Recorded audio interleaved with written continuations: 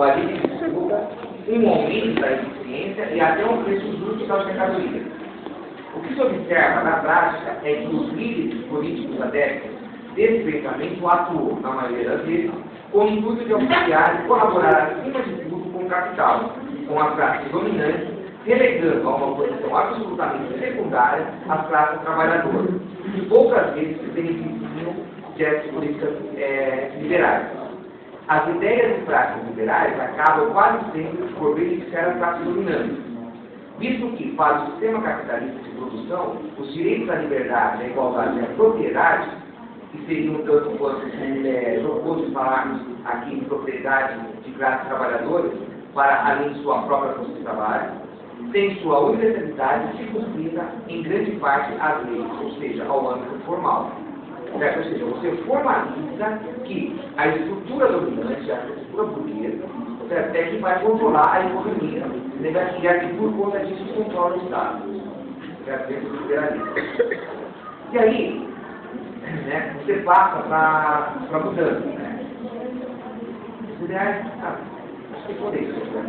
Os ideais da democracia, apesar de terem sido construídos ao longo da história através de muitas lutas e revoluções, são ideais que hoje, mais e mais, servem para o plano da retórica.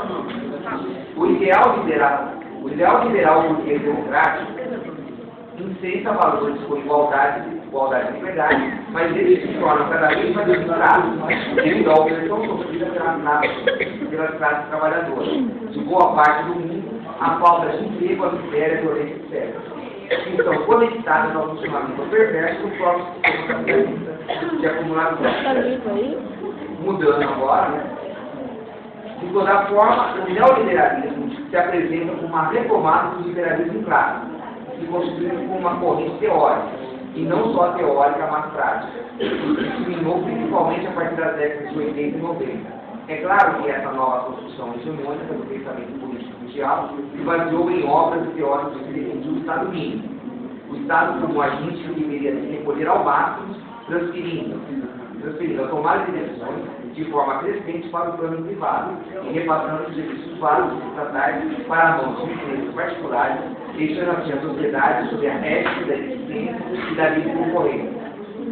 Certo? Então,